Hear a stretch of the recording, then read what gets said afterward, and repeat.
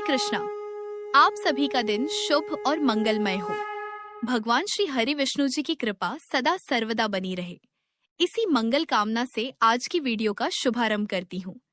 आज दिनांक है 23 अक्टूबर और दिन है बृहस्पतिवार और आज भाई दूज का पावन पर्व है। हमारे चैनल पर भाई दूज की कथा आप सभी को अब भी थोड़ी देर में मिल जाएगी, तो भाई दूज की कथा भी अवश्य सुनिएगा।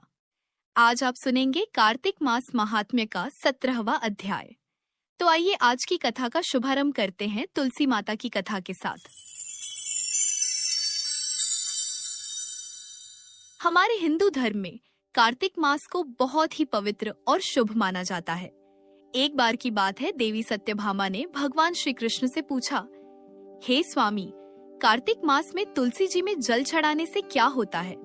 तब भगवान श्री कृष्ण मुस्कुराए और बोले, हे देवी सत्यभामा, आपने समस्त जगत कल्याण के लिए अति उत्तम और पवित्र प्रश्न किया है। हे देवी, तुलसी कोई साधारण वनस्पति नहीं, बल्कि वह स्वयं लक्ष्मी जी का अवतार है। जिस प्रकार कार्तिक मास मुझे प्रिय है, उसी प्रकार तुलसी मुझे मेरे हृदय के समान प्रिय है। तुलसी में जल अर्पण करने से भक्त के जीवन में सुख, समृद्धि और मोक्ष के मार्ग का द्वार खुलता है और दीपक जलाने से घर में लक्ष्मी स्थिर रहती है। जो भी मनुष्य तुलसी को जल देता है, उस पर मेरी कृपा सदैव बनी रहती है। जो भी मुझे तुलसी पत्र डालकर भोग चढ़ाता है, मैं उसे प्रेम से स्वीकार करता हूँ। तुलसी पत्र के बिना मैं किसी भी प्रकार का भोग स्वीकार नहीं करता हूँ। हे देवी, अब मैं तुम्हें कार्तिक मास में तुलसी को जल देने का महात्म्य सुनाता हूँ, इसीलिए तुम इस कथा को ध्यान से सुनो। जो भी स्त्री इस कथा को ध्यान से पूरा सुनती है, वह सदा सुहागिन रहती है। उसके घर में सुख समृद्धि आती है और दरिद्रता का नाश होता है।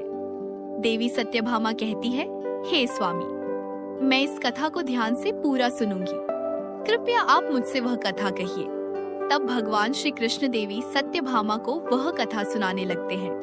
भगवान श्री कृष्ण कहते हैं, हे देवी, मध्य देश में माधव नाम का एक वैश्य अपनी पत्नी के साथ रहा करता था। वैश्य के पास किसी चीज की कोई कमी नहीं थी। ईश्वर की कृपा से उसके पास सब प्रकार के सुख ऐश्वर्य थे, किंतु उस वैश्य की कोई संतान नहीं थी, जिस कारण से वह सदैव ही दुखी रहा करता था। उसे वैद्य ने संतान प्राप्ति के लिए कई उपाय बताए। उसने दान धर्म किया, अनेक प्रकार के वैद्य भी बुलाए, उनसे नाना प्रकार के उपचार भी किया, किंतु फिर भी उसे कोई संतान नहीं हो रही थी। फिर एक दिन वह वैश्य महामुनि वशिष्ठ जी से मिलने के लिए उनके आश्रम पर जाता है। मुनि वशिष्ठ माधव का स्वागत करते हैं और कुशल मंगल पूछते हैं। तब वह माधव मुनि वशिष्ठ जी से कहता है, हे मुनिवर, मैं अत्यंत दुखी हूँ। मेरी कोई संतान नहीं है और संतान के बिना मेरा उद्धार कैसे होगा? मैंने संतान प्राप्ति के लिए अनेक उपाय भी किया, किंतु मुझे संतान नहीं हो रही है। कृपया आप ही बताएं कि मुझे किस कारण से पुत्र की प्राप्ति नहीं हो रही है। क्या मुझसे जाने अनजाने में कोई पाप हुआ है? तब मुनि वशिष्ठ जी अपनी दिव्य दृष्टि से माधव के पूर्व जन्म के बारे में जान लेते हैं। वशिष्ठ जी कहते हैं, हे वत्स, पिछले जन्म में तुम्हारे द्वारा घोर पाप हो गया था। इस कारण से तुम्हें इस जन्म में संतान सुख प्राप्त नहीं हो रहा है। माधव कहता है, हे मुनिवर, कृपया मुझे बताइए, पिछले जन्म में मुझसे कौन सा पाप हुआ था और उस पाप से मुक्त होने के लिए मुझे कौन सा उपाय करना चाहिए? वशिष्ठ जी कहते हैं, हे वत्स, पिछले जन्म में तुमने जो अपराध किया था उसके विषय में सुनो। पिछले जन्म में तुम एक अहंकारी वैश्य थे। तुम्हारा जन्म धनवान कुटुंब में हुआ था। तुमने पिछले जन्म में एक गाय को अत्यंत दुख दिया था। एक दिन एक गाय भूख और प्यास से व्याकुल होकर तुम्हारे द्वार पर आई थी, किंतु तुमने उस गाय को ना रोटी खिलाई, ना चारा खिलाया और ना ही उसे जलपान कराया। तुमने बड़ी ही निर्दयता से उस गाय को अपमानित करके घर से निकाल दिया। उस गाय ने अभी अभी बछड़े को जन्म दिया हुआ था और भूख से व्याकुल होने के कारण वह गाय वहीं पर मूर्छित होकर गिर पड़ी और उस दिन वह अपने बछड़े को दूध नहीं पिला पाई। इसीलिए इस गाय ने तुम्हें श्राप दे दिया था। इस गाय के श्राप के कारण तुम्हारी ऐसी दुर्दशा हुई है। उस गाय के श्राप के कारण तुम्हें इस जन्म में संतान नहीं हो रही है। वशिष्ठ जी की बात सुनकर उस माधव को बड़ा दुख हुआ और वह स्वयं को कोसते हुए कहने लगा, हाय, यह मैंने क्या कर दिया? एक बेचारी दुखी गौ माता की सेवा नहीं की। मैंने बहुत बड़ा अपराध किया है और उसी का दंड मुझे भोगना पड़ रहा है। माधव वशिष्ठ जी से कहता है, हे मुनिवर, मुझसे बहुत बड़ा अपराध हुआ है। अब मैं इस पाप का प्रायश्चित कैसे करूं? कृपया आप ही मेरा मार्गदर्शन कीजिए। मैंने जो पाप किया है उससे मुक्ति का कोई तो उपाय अवश्य होगा। मैं अपना सब कुछ देकर उस पाप का प्रायश्चित करूंगा। कृपया आप ही कोई उपाय बताएं। हे मुनिवर, मुझे संतान प्राप्ति कैसे हो सकती है? क्योंकि शास्त्र कहते हैं पुत्र के बिना मनुष्य का उद्धार नहीं हो सकता। तब मुनि वशिष्ठ जी कहते हैं, हे वत्स, इस पाप का एक ही उपाय है। तुम पुत्र प्राप्ति के लिए पुत्रेष्ठ यज्ञ करो। इसी यज्ञ के फल स्वरूप तुम्हें संतान की प्राप्ति होगी। इस यज्ञ को संपन्न करके तुम ब्राह्मण को भोजन कराओ, वस्त्र और गाय का दान करो, तभी तुम्हें इस पाप से मुक्ति मिलेगी। तब माधव वशिष्ठ जी को धन्यवाद देते हुए कहता है, हे मुनिवर, आपका कोटि कोटि धन्यवाद। मैं आपके कहे अनुसार अवश्य ही पुत्रेष्ठ यज्ञ करूंगा और ब्राह्मणों को गायों का दान करूंगा। इतना कहकर वह माधव शीघ्रता से अपने घर पर लौट आता है और अपनी पत्नी को सारी हकीकत सुनाता है। फिर वे दोनों ही पुत्रेष्ठ यज्ञ की तैयारी करते हैं। अनेक ऋषि मुनियों को निमंत्रण देकर वह माधव पुत्रेष्ठ यज्ञ संपन्न कराता है और उन ऋषि मुनियों तथा ब्राह्मणों को गाय का दान करता है। यज्ञ के संपन्न होने के पश्चात यज्ञ की आग से अग्निदेव प्रकट होते हैं और उस माधव से कहते हैं, हे माधव, आज तुम्हारा यज्ञ सफल हुआ है। तुमने पुत्र प्राप्ति के लिए यह यज्ञ किया था, इसीलिए तुम्हें मेरी कृपा से एक पुत्र की प्राप्ति होगी। किंतु तुम्हारे पुत्र की आयु केवल 18 वर्ष की ही होगी और 18 वर्ष समाप्त हो जाने के पश्चात तुम्हारे पुत्र की मृत्यु हो जाएगी। इतना कहकर अग्निदेव अंतर ध्यान हो जाते हैं।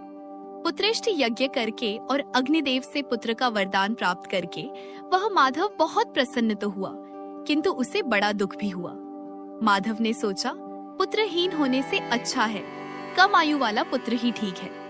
फिर वह पहले की तरह अपने कार्य में लगा रहा। कुछ ही दिनों के पश्चात उसकी पत्नी ने गर्भ धारण किया। माधव ने पुत्र के जन्म से पूर्व के जाने वाले सभी संस्कार किया और फिर उसे एक अत्यंत सुंदर पुत्र की प्राप्ति हुई। वह बालक बड़ा ही तेजस्वी दिखाई पड़ रहा था। माधव ने पुत्र के जन्म के बाद किए जाने वाले भी सभी संस्कार किया और पुत्र को गुरुकुल में शिक्षा प्रदान की। माधव का पुत्र जैसे जैसे बड़ा होने लगा, माधव को बहुत अधिक चिंता सताने लगी। फिर जब उसका पुत्र 16 वर्ष का हुआ तो माधव की पत्नी ने उससे कहा, अब हमें अपने पुत्र का विवाह कर देना चाहिए। हमारा पुत्र अब विवाह के योग्य हो गया है। माधव ने कहा, हे प्रिय, विधि के विधान के अनुसार हमारे पुत्र की आयु केवल 18 वर्ष की ही है। 18 वर्ष के पश्चात हमारे पुत्र की मृत्यु हो जाएगी, इसलिए हमें इसका विवाह करके किसी कन्या के जीवन को बर्बाद नहीं करना चाहिए। वह तो 2 वर्षों बाद विधवा हो जाएगी, फिर उसे जीवन में अनेक कष्ट सहन करने पड़ेंगे। लेकिन माधव की पत्नी नहीं मानी। वह अपने पुत्र का विवाह होता देखना चाहती थी। माधव की पत्नी कहती है, हे नाथ, कुछ भी हो, मैं अपने पुत्र को अविवाहित मरते हुए नहीं देख सकती। हमारे पास किस चीज की कमी है?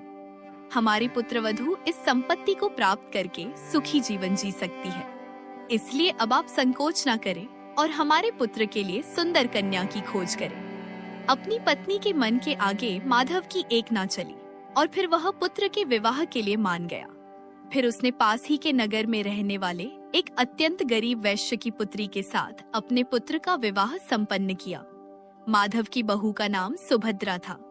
वह अत्यंत गुणवान, चरित्रवान और पतिव्रता नारी थी। वह अपने पति के मृत्यु की बात को नहीं जानती थी। सुभद्रा नित्य अपने सास, ससुर और अपने पति की सेवा करने लगी। वह सभी के साथ बड़े प्रेम से रहती और कभी किसी की आज्ञा का उल्लंघन नहीं करती थी। उसने अपनी मधुर वाणी और कार्य कुशलता से सभी के मन को जीत लिया। इस प्रकार से 2 साल बीत गए और फिर वह समय निकट आ गया जब माधव के पुत्र की मृत्यु होने वाली थी। माधव को बड़ा भय लगने लगा। फिर एक दिन उसने अपनी बहू को बुलाया और उसे क्षमा मांगते हुए कहने लगा, हे बहू, तुम मुझे क्षमा कर देना। मैंने तुम्हारे साथ बहुत बड़ा अन्याय किया है। सुभद्रा ने कहा, हे ससुर जी, आप ऐसा क्यों कह रहे हैं? आप मुझसे क्षमा मांगकर मुझे लज्जित न कीजिए। मैं आपकी पुत्री के समान हूँ। कृपया आप संकोच न करते हुए आपके मन में जो भी बात है वह कहिए। मैं आपकी आज्ञा का पालन अवश्य करूंगी। फिर माधव कहने लगा, हे पुत्री, तुम कल्याणी हो, तुम एक महान पतिव्रता नारी हो, किंतु मेरे पुत्र के साथ तुम्हारा विवाह होने से पूर्व मैंने तुमसे एक बात छुपाई है। हमें पुत्र की प्राप्ति पुत्रेष्ठ यज्ञ करने के बाद हुई थी और अग्निदेव ने हमें यह कहते हुए पुत्र प्राप्ति का आशीर्वाद दिया था कि हमारे पुत्र की आयु केवल 18 वर्ष की होगी। 18 वर्ष के बाद हमारे पुत्र की मृत्यु हो जाएगी। अपने ससुर की बात सुनकर सुभद्रा ने कहा, हे ससुर जी, बस इतनी सी बात आप चिंता ना कीजिए। मैं आपको वचन देती हूँ कि आपकी पुत्रवधू अर्थात मैं कभी विधवा नहीं होंगी। आपके पुत्र के प्राणों की रक्षा मैं करूंगी। आप अब बस मुझे एक दीपक, जल का घड़ा और एक गाय लाकर दीजिए। मेरे पति के प्राणों की रक्षा इन्हीं से होगी। सुभद्रा की बात सुनकर माधव को बड़ा आनंद हुआ और वह कहने लगा, हे बहू, जैसी तुम्हारी इच्छा, मैं तुम्हें वह सब चीज लाकर देता हूँ। इतना कहकर माधव ने अपनी बहू को वह तीनों चीज लाकर दी। फिर जब वह दिन निकट आ गया जिस दिन सुभद्रा के पति की मृत्यु होने वाली थी, उस दिन सुभद्रा ने सुबह उठते ही तुलसी को जल चढ़ाया और उन्हें प्रणाम करते हुए तुलसी के पौधे पर एक चुनरी बांध दी और तुलसी माता से प्रार्थना की, सी हे तुलसी माँ, मैं आपको चुनरी चढ़ा रही हूँ, कृपया अब आप मेरे सुहाग की रक्षा करना। फिर सुबह के समय यमराज का एक दूत माधव के पुत्र के प्राण लेने के लिए उसके घर पर आ गया। जैसे ही वह घर में प्रवेश करने लगा, तब तुलसी के पौधे ने उसे रोक दिया और कहा, हे यमदूत, इस घर में निवास करने वाली स्त्री ने मुझे चुनरी चढ़ाई है और इसलिए अब इसके सुहाग की रक्षा मैं कर रही हूँ। तुम इसके घर में प्रवेश नहीं कर सकते।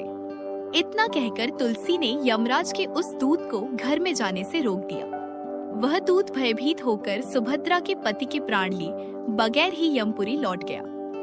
यमपुरी में जाकर उसने यमराज से कहा, हे धर्मराज, मैं धरती लोक पर एक पुरुष के प्राण लेने के लिए गया था, किंतु तुलसी के पौधे ने मेरा रास्ता रोका।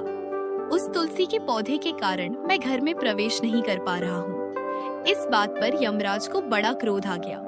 फिर उन्होंने अन्य 2 दूतों को बुलाया और कहा, तुम अब शाम के समय सुभद्रा के घर पर जाओ। जब तुलसी का पौधा सो रहा होगा, तुम उसके पति के प्राण लेकर यमलोक आ जाओ। फिर शाम के समय यमराज के 2 दूत सुभद्रा के घर की ओर निकल पड़े। सुभद्रा ने शाम होते ही तुलसी के पास एक दीपक जला दिया और उससे प्रार्थना की, हे दीपक, अब तुम ही मेरे पति के प्राणों की रक्षा करो।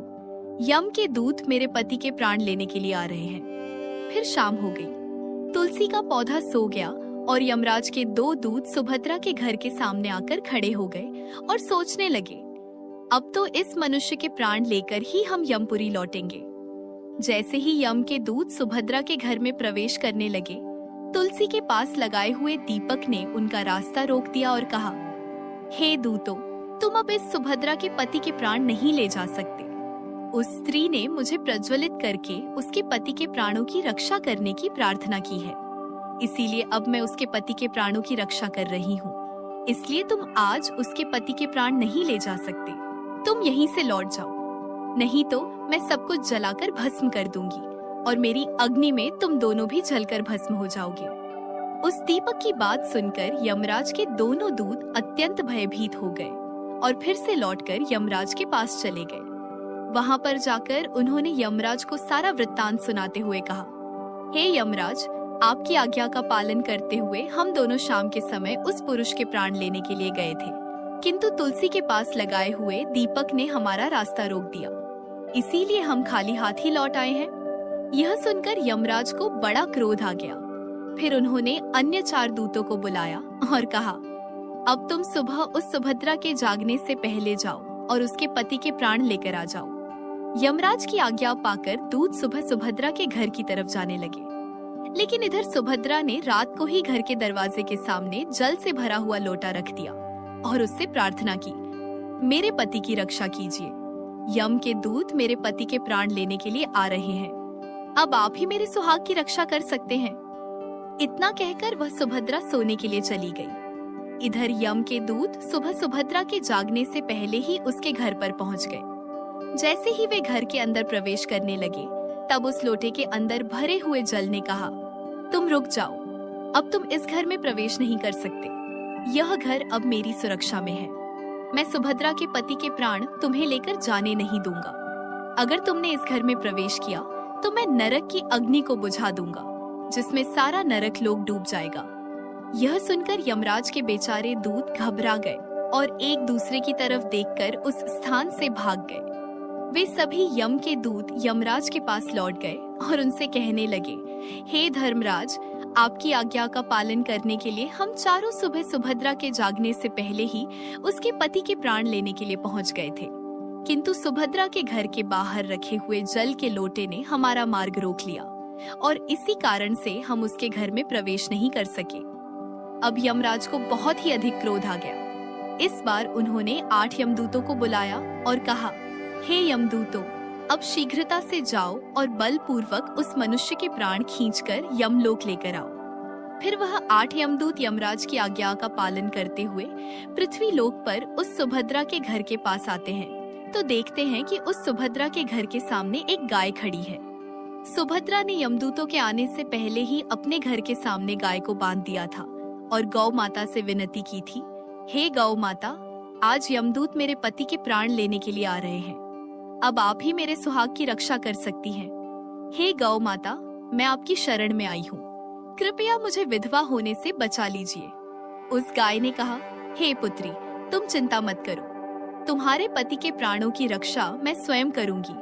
मेरे होते हुए यम के दूत तुम्हारे घर में प्रवेश नहीं कर पाएंगे, इसलिए तुम चिंता से मुक्त होकर घर में अपने पति की सेवा करो। फिर जैसे ही वे यमदूत घर के अंदर प्रवेश करने के लिए आगे बढ़ते हैं, तब वह गाय उन्हें रोक देती है और कहती है, इस घर में तुम लोग प्रवेश नहीं कर सकते। इस घर की रक्षा मैं कर रही हूँ। मेरे रहते कोई भी इस घर के अंदर प्रवेश नहीं कर सकता। यदि तुमने घर के अंदर प्रवेश करने का प्रयत्न किया तो मैं तुम सभी को श्राप दे दूंगी।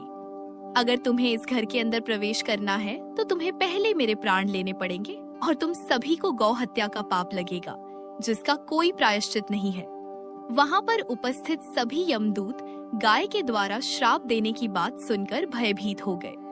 वे जानते थे कि गाय के द्वारा दिए गए श्राप से कोई मुक्त नहीं कर सकता और गौ हत्या तो संसार का सबसे जघन्य अपराध और महापाप है, जिसका कोई प्रायश्चित भी नहीं है।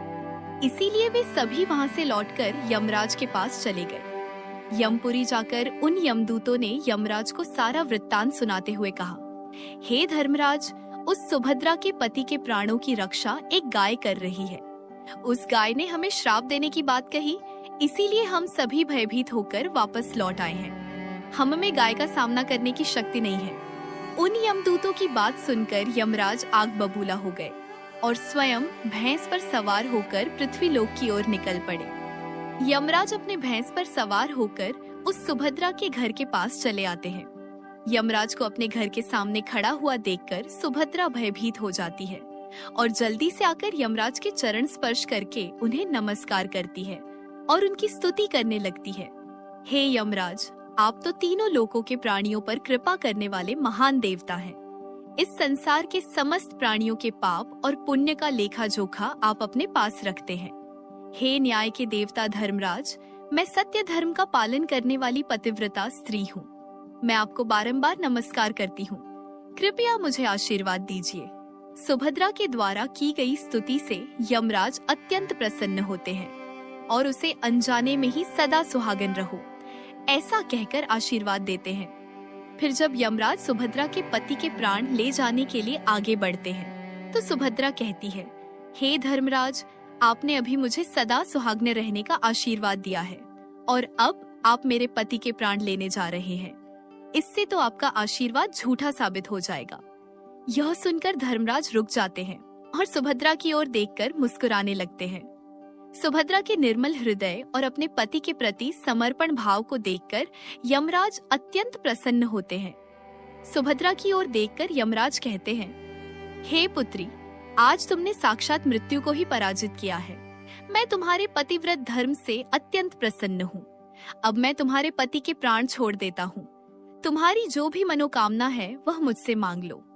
तब सुभद्रा ने कहा, हे धर्मराज, मैं अपने पति के लिए 100 वर्ष की आयु मांगती हूँ। मेरे लिए मेरे पति ही परमेश्वर हैं। मैं अपने पति को छोड़कर जीवित नहीं रह सकती, इसीलिए आप मुझे यही वरदान दीजिए। तब यमराज प्रसन्न होकर कहते हैं, तथास्तु। हे कल्याणी, आज से जो भी स्त्री अपने घर के सामने तुलसी का पौधा लगाती है, तुलसी के पास शाम को दीपक जलाती है, जिस घर के सामने गाय बंधी होती है और जो स्त्री अपने घर के सामने जल का लोटा रखती है, उसके घर में कभी मेरे दूत प्रवेश नहीं करेंगे। इतना कहकर यमराज उस स्थान से अंतर्ध्यान हो जाते हैं। भगवान श्री कृष्ण कहते हैं, हे देवी, इस प्रकार से उस सुभद्रा ने अपने पतिव्रता धर्म का पालन करके उसकी मृत्यु को टाल दिया था। इसीलिए जो भी स्त्री अपने घर के सामने तुलसी का पौधा लगाती है, रोज शाम को तुलसी के पास दीपक जलाती है, उसके घर में मृत्यु प्रवेश नहीं करती है। जिस घर के सामने गाय बंधी होती है, उस घर में कभी दुख दरिद्रता नहीं आती है। जो स्त्री अपने घर के सामने जल से भरा हुआ लोटा रखती है, उसके घर में कभी शोक नहीं होता है। प्रिय श्रोताओं, इस प्रकार से भगवान श्री कृष्ण ने देवी सत्यभामा को तुलसी के पास दीपक जलाने का महत्व सुनाया। एक बार प्रेम से बोलिए तुलसी माता की जय। अब आइए श्रवण करते हैं कार्तिक मास महात्म्य में आगे का वृतांत।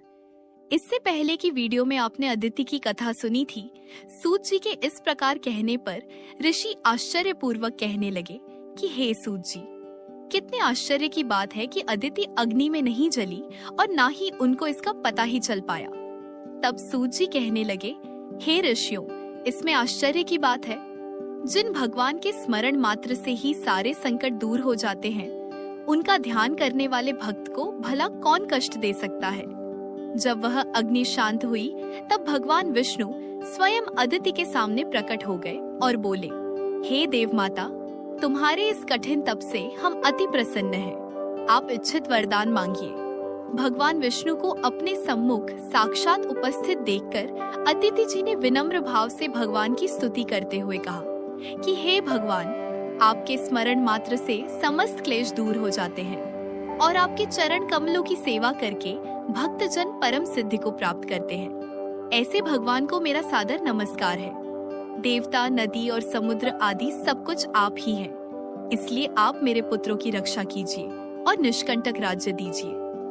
अदिति जी के ये वचन सुनकर भगवान कहने लगे, हे देव माता, अब मैं पुत्र के रूप में आपके यहाँ जन्म लेकर असुरों का संहार करूंगा।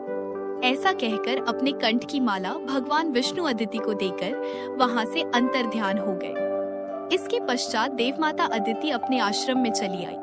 यथा समय अदिति जी ने हजारों सूर्य के समान तेजस्वी कमल नयन, शंख चक्र, गदा पद्मधारी, कमंडल और पीतांबरधारी मुनियों द्वारा स्तुति किए जाने योग्य, भक्तों के प्रिय और दुष्टों के संहार करता वामन भगवान को पुत्र रूप में प्राप्त किया।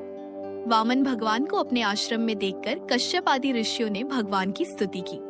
तब वामन भगवान कश्यप जी से कहने लगे, हे पिताश्री, हम प्रसन्न हैं, आपके समस्त मनोरथ पूर्ण हो। हमने अब तक 2 बार आपके घर में जन्म लिया है, आगे भी जन्म लेंगे। उधर राजा बलि ने दैत्य गुरु श्री शुक्राचार्य की अध्यक्षता में बड़ा भारी यज्ञ का आयोजन किया, जिसने हवि ग्रहण करने के लिए लक्ष्मी जी सहित भगवान श्री हरि विष्णु जी का आवाहन किया।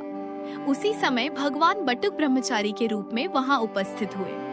भगवान के बौने ब्रह्मचारी रूप में होते हुए भी ऋषि लोग उन्हें ज्ञान दृष्टि से उन्हें पहचान गए। उन्हें देखकर दानव गुरु शुक्राचार्य जी ने राजा बलि को सारी स्थिति से अवगत करा दिया। दैत्य गुरु शुक्राचार्य जी ने राजा बलि को बौने ब्रह्मचारी के रूप में भगवान के आने का कारण बताते हुए कहा कि हे राजा बलि, तुम्हारा राज्य प्राप्त करने के लिए ही अदिति के गर्भ से जन्म लेकर भगवान विष्णु स्वयं इस रूप में तुम्हारी यज्ञ में आए हैं, और मैं तुम्हें इस समय सचेत कर रहा हूँ कि दान के रूप में उन्हें कुछ भी मत देना, वरना छल्ले जाओगे। इसके उत्तर में बलि कहने लगा, हे गुरुदेव, आप मुझे अधर्म का उपदेश क्यों दे रहे हैं? घर आए हुए याचक को दान ना देना अधर्म आचरण नहीं तो क्या है?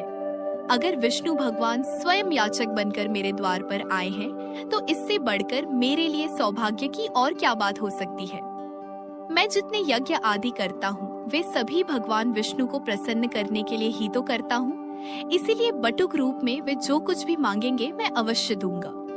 शुक्राचार्य और राजा बलि में अब भी वार्ता चल ही रही थी कि वामन भगवान राजा बलि के यज्ञ मंडप में आ गए। बलि ने अर्घ्य आदि देकर उनका यथोचित आदर सत्कार किया।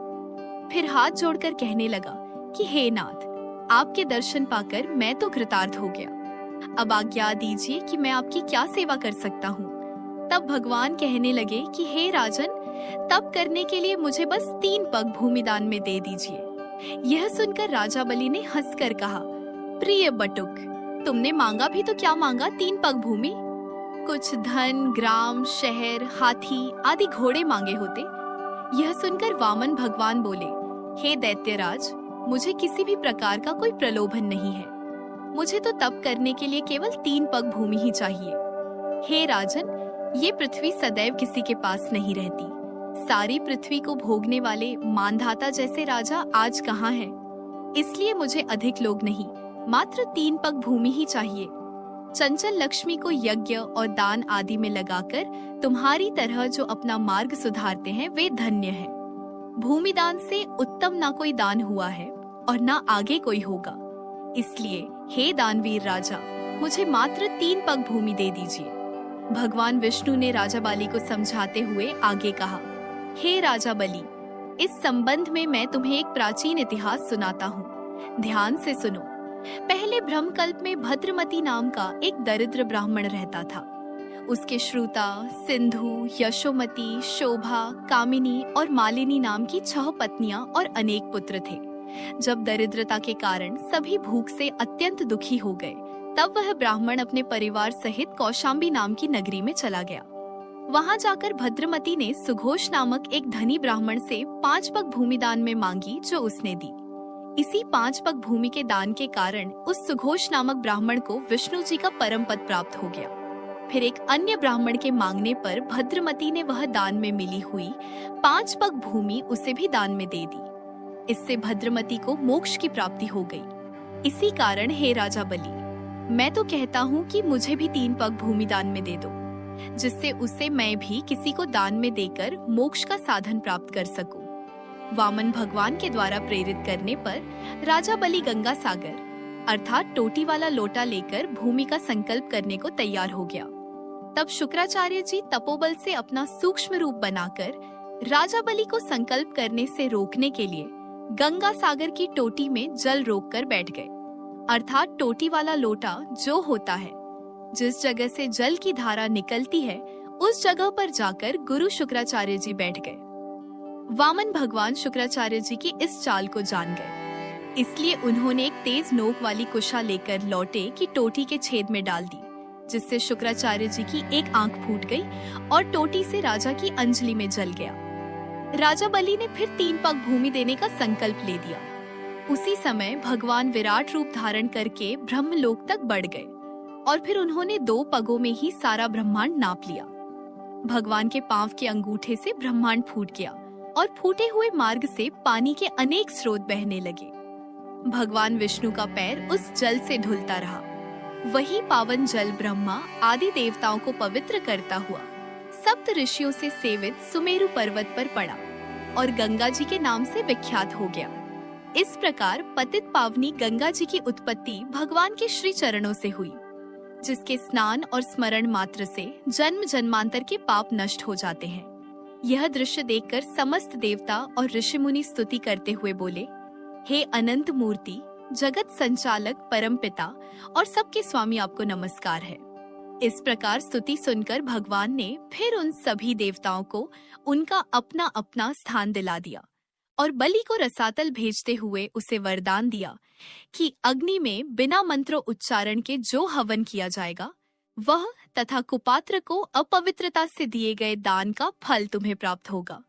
इस प्रकार भगवान ने देवताओं को सुंदर स्वर्ग और बलि और अन्य दैत्यों को पाताल लोक दे दिया। ऐसा करने के बाद विराट भगवान पुनः वामन रूप हो गए। तब समस्त देवताओं और ऋषि मुनियों ने भगवान की पुनः स्तुति की। इसके आगे का वृतांत सुनिएगा अगले अध्याय में कि किस प्रकार महाराज ने ऋषियों को कथा सुनाई कि गुरु वशिष्ठ जी जब स्नान करके वापस आए तो एक राजा ने सोने की थाल में सजा हुआ मांस मिश्रित भोजन उनके आगे परोस दिया।